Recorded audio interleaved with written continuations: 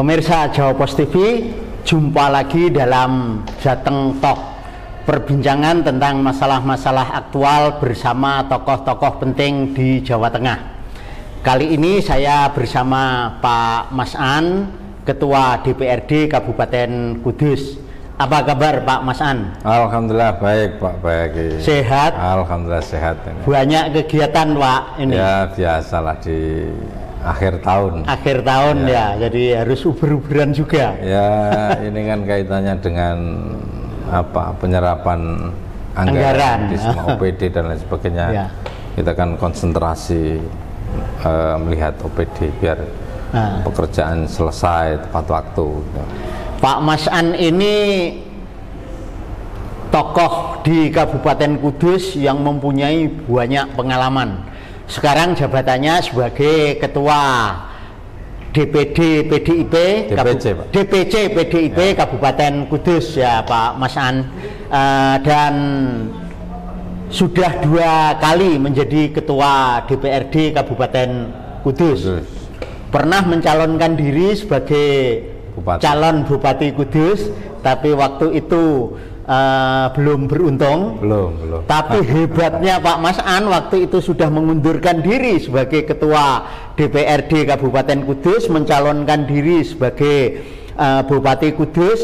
Ketika tidak terpilih, beliau kembali menduduki kursinya lagi sebagai Ketua DPRD Kabupaten Kudus. Ya. Pak Mas An ya. Sampai sekarang ya. Ya, sampai ini. Itu menjadi Ketua DPRD Kudus itu sejak kapan Pak? 2014 ya. Sudah menjadi Ketua DPRD Kabupaten Kudus. 2014. Kalau menjadi anggota Dewan sendiri sejak kapan Pak? 2009. Jadi sudah lama sekali gitu ya, 15 tahun 15 tahun ya. Menjadi Ketua DPC PDIP baru satu periode ini ya, dan ini nanti pasti Pak Mas An akan menjadi sentral karena sudah akan memasuki tahun politik 2024 gitu. Pak Mas An dalam perjalanan yang panjang itu sebagai politikus dan belakangan menjadi Ketua DPRD tentu bisa melihat dengan tepat kondisi Kabupaten Kudus saat ini, Pak. Bisa diceritakan Pak Mas An bagaimana pembangunan Kabupaten Kudus sekarang ini? Ya, awal mula kami tahun 2009 sampai dengan sekarang ini perkembangan pembangunan di Kabupaten Kudus luar biasa. Jadi 2009 kami jadi anggota DPRD Kabupaten Kudus, dan tentunya rasa bersyukur saya dapat mewakili masyarakat. Euforianya itu kami turun ke lapangan setiap hari Sabtu Minggu. Kami mengajak kepala desa untuk melihat kondisi real lapangan kayak apa. Itu saya hampir 2 tahun melakukan itu di periode pertama saya jadi anggota DPRD. Dan di periode pertama 3 tahun itu terus kami langsung mencoba merealisasikan. Kebetulan waktu itu saya menjadi Ketua Komisi B di bidang pertanian, pas di wilayah tempat saya tinggal, sehingga kami harus bagaimana wilayah pertanian di Kecamatan Undaan ini harus sebagai penyangga pangan Kabupaten Kudus harus secara infrastruktur kita benahi, fasilitas kepada petani kita tingkatkan, dan alhamdulillah selang waktu berjalan terus kami lakukan sampai dengan hari ini, termasuk juga pembangunan jalan-jalan kabupaten yang menjadi kewenangan kabupaten. Secara infrastruktur di Kabupaten Kudus di periode pertama Pak Bupati Mustafa, periode kedua Pak Bupati Mustafa, terus kami lakukan koordinasi kerjasama antara eksekutif dan legislatif bersama-sama untuk pembangunan secara masif di Kabupaten Kudus. Alhamdulillah bisa dirasakan oleh masyarakat sampai dengan hari ini. Pembangunan infrastruktur terus berjalan, walaupun kemarin sempat tersendat pada saat pandemi COVID-19 ada di Indonesia, khususnya di Kabupaten Kudus, 2-3 tahun itu memang alokasi anggaran untuk pembangunan infrastruktur kita ya cukup sangat kecil, sangat kecil. Tapi itu semua daerah kan terjadi seperti itu. Ya, tetapi masyarakat kadang kan tidak tahu itu, tidak mau tahu juga, karena keadaan itu jalan yang rusak semakin banyak, lampu penerangan jalan umum pada padam, itu kan sekarang ini menjadi PR, harus kita kejar.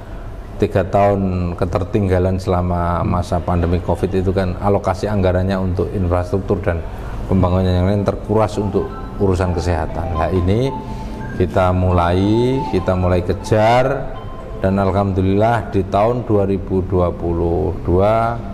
di perubahan APBD anggaran untuk infrastruktur sudah mulai kita tingkatkan, karena hasil kami studi banding tentang penggunaan dana bagi hasil cukai di wilayah Kabupaten Pasuruan. Di sana dana bagi hasil cukai itu longgar penggunaannya. Terus kami koordinasikan dengan Kementerian Keuangan dan Biro Isda Provinsi Jawa Tengah, dan mulai perubahan tahun 2022 ada kelonggaran untuk penggunaan dana bagi hasil cukai, termasuk di tahun 2023 ini, sehingga sekarang ini bisa kita lihat manfaatnya pembangunan di mana-mana, termasuk di depan. Ya, Pak Mas An, Kudus itu sebagai kabupaten industri, pertaniannya juga maju. Pak Mas An melihat banyak keunggulan yang ada di kabupaten ini. Itu menurut Pak Mas An yang masih menjadi keunggulan Kabupaten Kudus sekarang ini apa, Pak? Yang jelas kita sebagai kota kecil yang merupakan kota industri, tentunya dibarengi dengan tingkat pengangguran dan kemiskinan yang rendah. Itu keunggulan Kabupaten Kudus. Poin tersendiri ya. Jadi sebagai penyelenggara pemerintahan yang ada di Kabupaten Kudus, kami sangat berterima kasih kepada perusahaan-perusahaan yang ada di Kabupaten Kudus yang tentunya membantu secara langsung kepada pemerintah tentang pengurangan tingkat kemiskinan dan pengangguran. Kita di Jawa Tengah ini kategori yang rendah, yang tentunya PR kita cukup ringan untuk masalah itu. Nah, tinggal bagaimana sekarang ini kita lihat banyak perusahaan yang mencari tenaga kerja susah, kayak PT Jarum, Sukun, itu kan memasang iklan untuk bagaimana mereka, perusahaan rokok memasang iklan untuk mencari tenaga kerja. Nah ini yang tentunya secara pemerintah kabupaten harus mulai berpikir bagaimana menyiapkan tenaga-tenaga terampil untuk perusahaan yang dibutuhkan melalui balai latihan kerja yang anggarannya juga cukup lumayan besar. Pak Mas An, dari sekian prioritas pembangunan, apa prioritas yang paling prioritas saat ini untuk dilaksanakan, terutama ke depan? Kalau hari ini kita masih berbicara infrastruktur, kalau hari ini. Tapi ke depan kita harus sudah berbicara SDM dan pelayanan. Jadi SDM bagaimana dengan kita mempunyai alokasi anggaran yang cukup di balai latihan kerja, SDM kita harus unggul, lebih unggul. Apa yang dibutuhkan oleh perusahaan kita siapkan. Apakah melalui SMK vokasi, SMA, atau mungkin balai latihan kerja. Di Kudus ini kan SMK vokasi kan banyak sekali. Nah ini yang tentunya sebagai pemerintah Kabupaten Kudus menyambut hal itu dengan positif, sehingga bisa mengkoordinir apa yang dibutuhkan oleh perusahaan kita siapkan melalui SMK atau mung balai latihan kerja dengan anggaran yang cukup besar. Karena dana bagi hasil cukai 20%-nya diantaranya bisa untuk pelatihan. Dan pelatihan selama ini angkanya cukup signifikan di Kabupaten Kudus, bisa sampai kemarin pernah ada 16 miliar 8 miliar, 6 miliar lah, itu tentunya harus ada hasil yang nyata. Hasil yang nyata yang dibutuhkan oleh jangan sambat capek. Melayani masyarakat harus sungguh-sungguh. Pemirsa, perbincangan Kabupaten Kudus dalam pandangan DPRD bersama Pak Mas An ini semakin menarik, tapi kita rehat sejenak, tetap di Jawa Pos TV.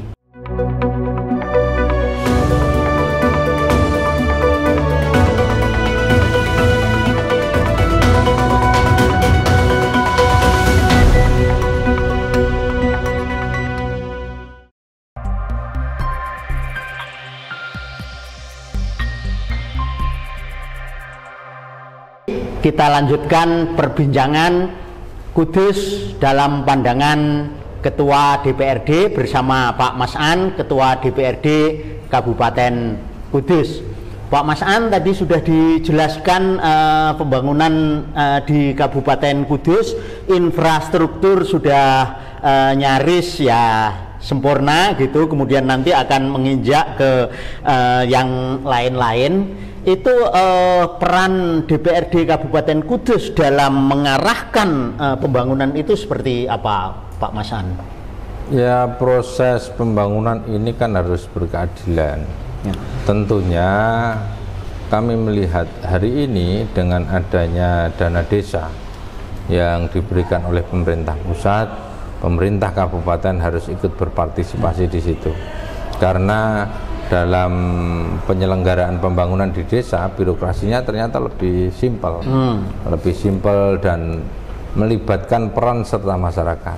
Ini yang tentunya sangat baik untuk ketika pemerintah kabupaten selain dana desa yang bersumber dari APBN, kami juga ikut berpartisipasi, ikut membantu. Bahkan kami nanti juga akan mengusulkan misalnya satu desa kita tambah 500 juta lah lewat tidak. Dana APBD ya, lewat Pak? APBD untuk pembangunan infrastruktur di desa. Jadi bahasanya khusus untuk infrastruktur. Kenapa untuk infrastruktur? Karena infrastruktur ini kan harus dimulai dari desa. Kalau kewenangan kita di kabupaten adalah jalan-jalan kabupaten, kalau desa-desa. Kalau mengandalkan desa sendiri tanpa kita bantu, tentunya ini akan proses pembangunannya akan lama. Nah, tapi kalau kita dengan spesifik membantu 500 juta per desa, tentunya kami berharap nanti pembangunan bisa maju dari desa. Nah, bagaimana peran kepala desa, peran camat di situ? Tentunya camat mengevaluasi seluruh item pembangunan yang akan dilakukan sehingga nanti akan terkoneksi antara desa yang satu dengan desa yang lain. Jadi bentuk evaluasinya kecamatan itu nanti mengevaluasi proses pembangunan yang dilakukan di desa A, desa B. Ini harus sambung menyambung biar nanti prosesnya pembangunan ini bisa lebih cepat dan komprehensif, tidak sepotong-sepotong. Nah, kalau hanya dibiarkan tanpa ada peran serta dari kecamatan, tentunya akan membangun yang sepotong-sepotong di lingkungan itu dan hasilnya tidak begitu kelihatan. Coba misalnya kita membangun jalan lintas desa yang itu menjadi kewenangan desa. Kalau kita tidak suplai anggaran, mereka tidak akan kuat. Jadi bukan hanya memberi arahan ya, tapi sudah langsung. Dan kalau kita melihat kemampuan keuangan kita, kalau misalnya per desa 500 juta, kita mampu. Karena kita hanya membutuhkan angka sekitar 60-an miliar. 60-an miliar. Beda dengan wilayah kota bagaimana, kelurahan bagaimana. Kalau kelurahan kan sudah masuk di pemerintah kabupaten.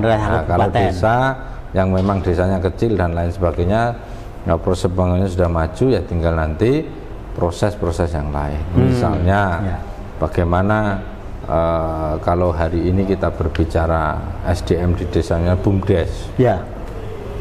BUMDes itu harus ada intervensi dari pemerintah.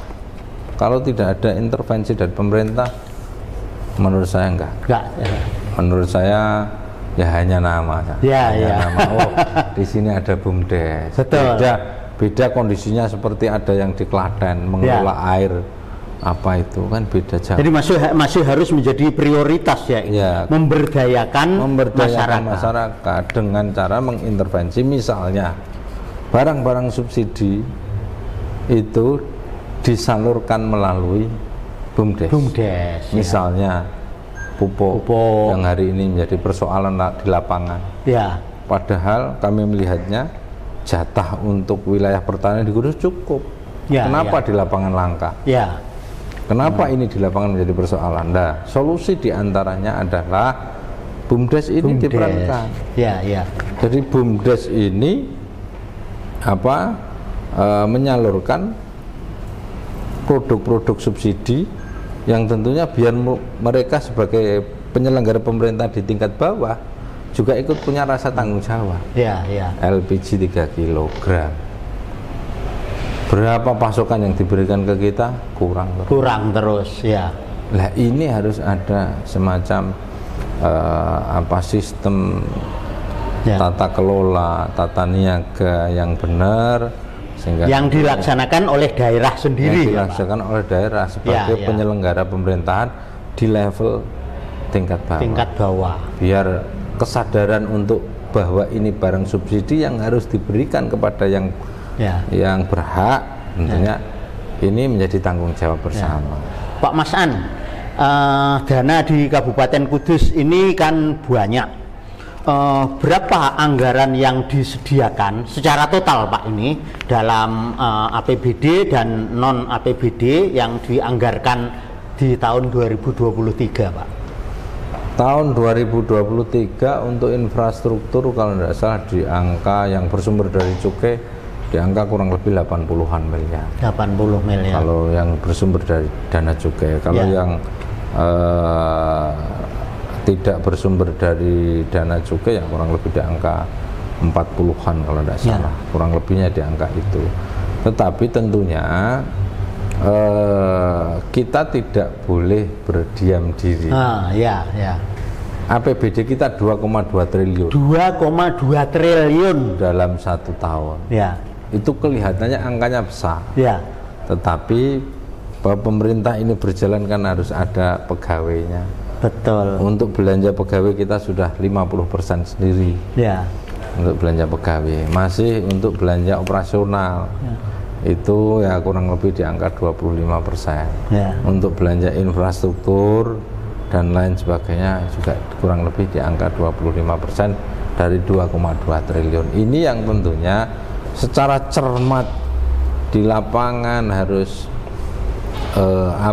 sesuai dengan kebutuhan, bukan keinginan.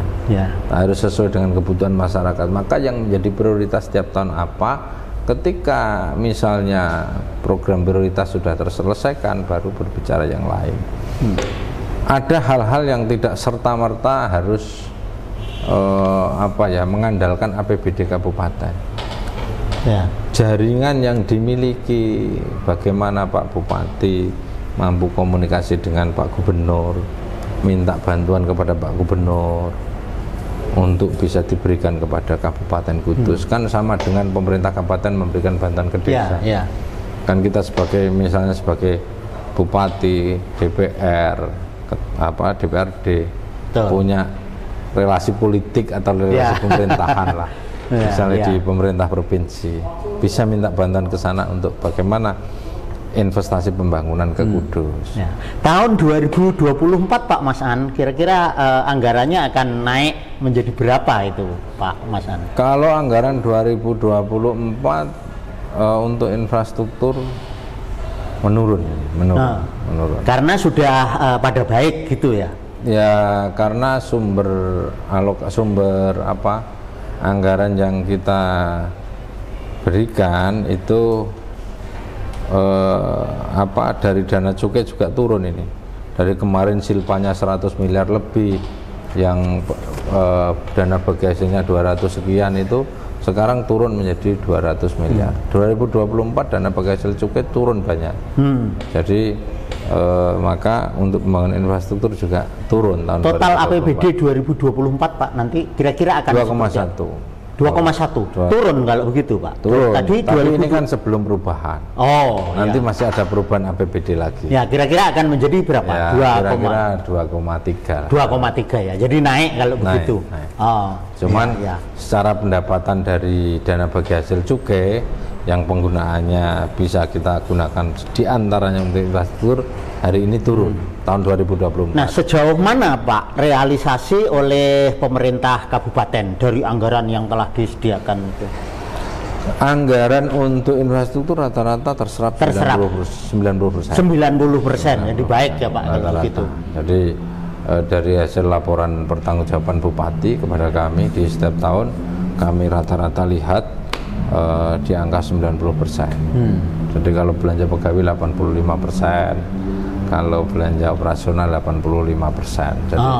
Jadi sebetulnya usulan saya harusnya masih ada anggaran yang cukup besar yang bisa digunakan. Ini hanya persoalan akuntansi, manajerial lah. Ya. Persoalan manajerial. Jadi bagaimana supaya anggaran yang ada itu tidak banyak silpa di APBD sehingga bisa digunakan untuk masyarakat. Itu yang tentunya kami harus terus genjot. Dan begini Pak Bahagi, tidak semuanya pembangunan itu harus dari APBD. Jangan hanya mengandalkan APBD. Kita punya perusahaan besar banyak. CSR banyak sekali. Kita komunikasi dengan para perusahaan. Mereka pada intinya welcome, diajak rembukan. Kemarin coba kami bincang-bincang. Tinggal bagaimana kita merangkul mereka. Komunikasi. Tinggal bagaimana kita komunikasi dengan perusahaan. Misalnya kemarin kami mencoba diskusi tentang LPJU. LPJU wilayah kota coba kita sharing dengan cara mereka pasang iklan di sepanjang jalan, misalnya jalan Ahmad Yani ini wilayah siapa, ini jalan Akhil Kussumadya wilayah siapa, jalan Sudirman wilayah siapa, itu kita bagi. Mereka beriklan di situ sembari memberi lampu penerangan jalan umum, perawatan dan lain sebagainya ikut oleh perusahaan, dan kami diskusikan mereka welcome, mereka mau. Nah ini kan hanya urusan komunikasi, dan yang menurut saya lebih penting lagi untuk LPJU ini daripada dikelola sendiri, dikelola oleh pemerintah kabupaten, sekarang ini di bawah dinas perhubungan, menurut saya lebih baik di pihak ketiga kan. Kenapa? Karena ketika di pihak ketiga kan ini tanggung jawabnya lebih jelas, lebih cepat. Tanggung jawabnya jelas kenapa? Karena mereka kontrak, ada ikatan kontrak dengan kita. Ada lampu padam 1 titik saja dengan model tertangani. Smart lampu yang model sekarang ini, mereka sudah punya kontrak. Jadi mereka menggaransi 1 jam maksimal padam hidup kembali. 1 titik itu misalnya. Pemirsa, semakin menarik perbincangan Kudus dalam pandangan Ketua DPRD Pak Mas An, tapi kita rehat sejenak.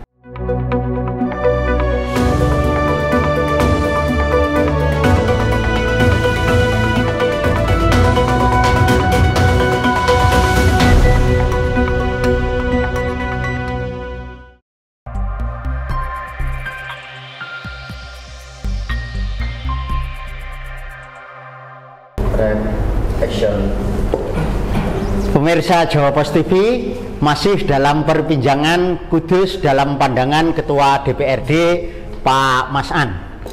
Pak Mas An itu seringkali turun ke lapangan, bahkan tidak henti-hentinya sejak Pak Mas An menjadi anggota DPRD dan terus meningkat menjadi ketua DPRD. Tak segan-segan juga Pak Mas An mengeluarkan uang sendiri apabila melihat suatu masalah yang perlu ditangani karena mungkin ada keterlambatan. Itu seperti apa Pak Mas An masukan-masukan yang diterima dari masyarakat termasuk masyarakat yang paling bawah sekalipun? Ya, saya kebetulan di wilayah Kecamatan Undaan. Ya. Wilayah saya lewat setiap tahun pasti jalan itu ada beberapa hari yang tergenang. Ya. Kalau misalnya melihat jalan lubang, banjir, banyak orang jatuh di situ, mau tidak mau kan harus kita secara cepat menangani itu. Kenapa kami lakukan itu? Karena kan ya masyarakat butuh pertolongan cepat ini. Ya. Walaupun itu jalan bukan kewenangan kita masalahnya, kewenangan provinsi. Jadi kita harus komunikasi dulu kepada PUPR Kabupaten komunikasi dengan pemerintah provinsi. Lah itu kan memerlukan waktu ya. Kalau lubangnya sudah cukup membahayakan kan tentunya kami mendatangkan material supaya itu kan hanya kecil lah, uang kecil nggak bisa. Pemirsa, Pak Mas An ini orang asli Kudus, berasal dari Kecamatan Undaan. Kecamatan Undaan ini ada di sebelah selatan Kabupaten Kudus. Dulu ini menjadi wilayah yang langganan banjir. Kalau musim kemarau itu kerontang, tapi sekarang ini sudah menjadi wilayah yang subur makmur. Pertaniannya itu juga menjadi andalan Kabupaten Kudus. Itu luar biasa, itu fenomena yang ada sekarang ini. Pak Mas An itu selain turun ke lapangan juga membina kelompok-kelompok yang ada di Kabupaten Kudus supaya gampang diberdayakan. Itu kelompok apa saja Pak Mas An yang sekarang ini Pak Mas An bina? Ya, kelompok petani tentunya yang utama di wilayah Kecamatan Undaan. Kayak hari ini yang menjadi masalah tentang distribusi pupuk. Pupuk itu kalau saya melihat dari data yang ada di Dinas Pertanian dan Perdagangan, sebetulnya di Kabupaten Kudus yang khususnya pupuk urea itu cukup, tetapi di lapangan menjadi kenyataannya langka. Nah, ini kemarin kami kumpulkan, kami cari persoalannya di mana. Ternyata memang ada pengecer yang nakal, ada distributor yang nakal. Dari hasil pantauan kami di lapangan, tentunya dari laporan masyarakat kami cek, kami lakukan itu. Ini sedang posisi pembenahan. Ya, kalau misalnya memang pengecer maupun distributor itu tidak bisa segera menyesuaikan aturan yang ada, ya tentunya kami mengusulkan untuk itu dievaluasi. Nah, itu pembinaan yang lain, misalnya pelaku UMKM. Pelaku UMKM ini kami juga lakukan komunikasi bagaimana mereka supaya tumbuh, mereka berkembang. Kita lakukan apa yang dibutuhkan oleh mereka. Selama kita dari pemerintah daerah mampu membantu, aturannya boleh, ya kami bantu. Di Balai Latihan Kerja banyak anggaran di sana yang tentunya itu bisa dimanfaatkan. Satu contoh, hari ini mencari tenaga kerja untuk bordir apa yang icik.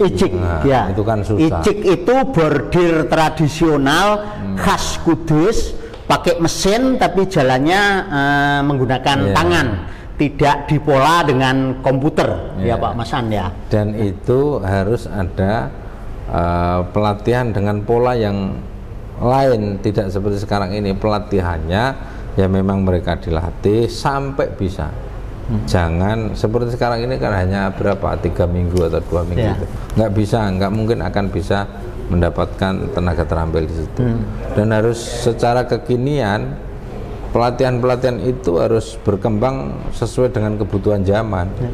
Tidak bisa hanya masak terus, hanya tata boga apa, enggak. Harus mulai berkembang sesuai dengan tuntutan keadaan sekarang.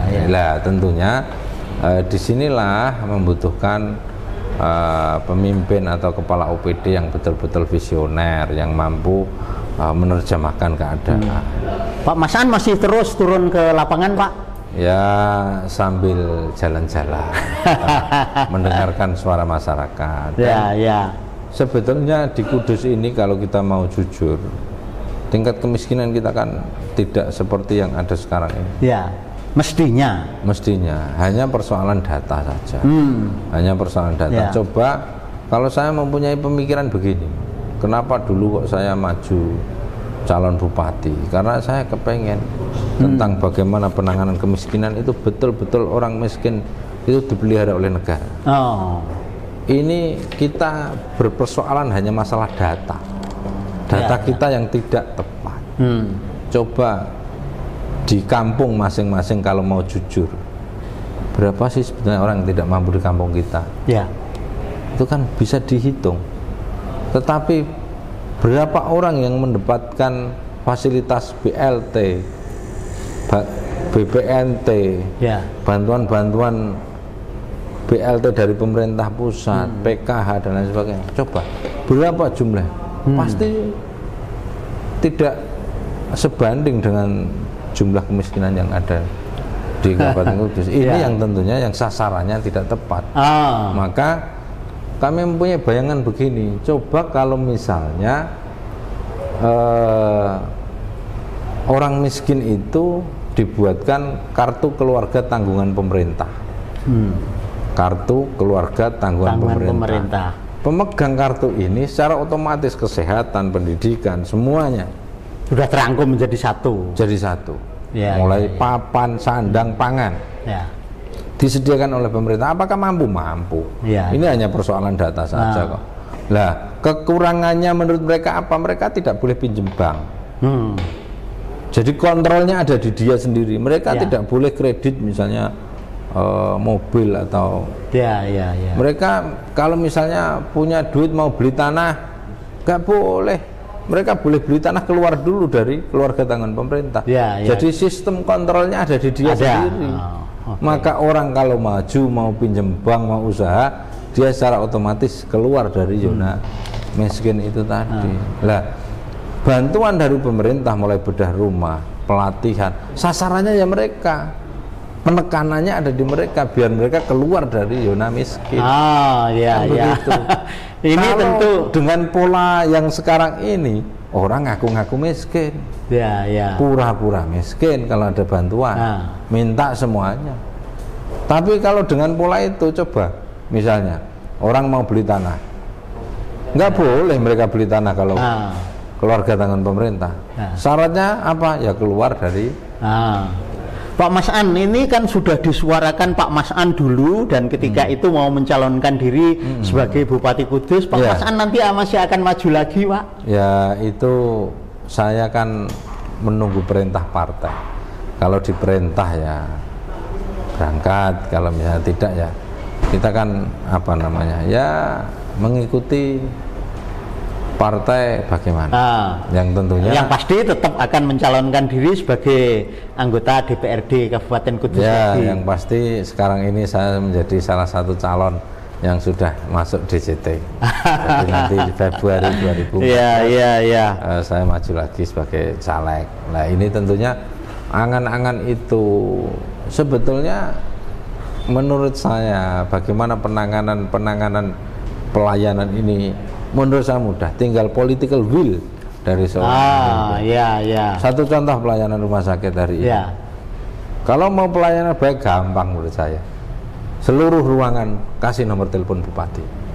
Ada pelayanan tidak baik hubungi Bupati Kudus. Nah, kalau Pak Mas An nanti menjadi bupatinya, wah luar biasa. Selesai itu. Termasuk rumah sakit umum maupun rumah sakit swasta. Kenapa itu harus kita lakukan? Karena bentuknya adalah pelayanan kepada masyarakat. Pemirsa Jawa Pos TV tetap menarik perbincangan dengan Pak Mas An ini, tapi karena keterbatasan waktu kita harus akhiri. Semoga Kabupaten Kudus ini menjadi lebih baik ke depan. Tetap di Jawa Pos TV, saya Bayi Haki undur diri.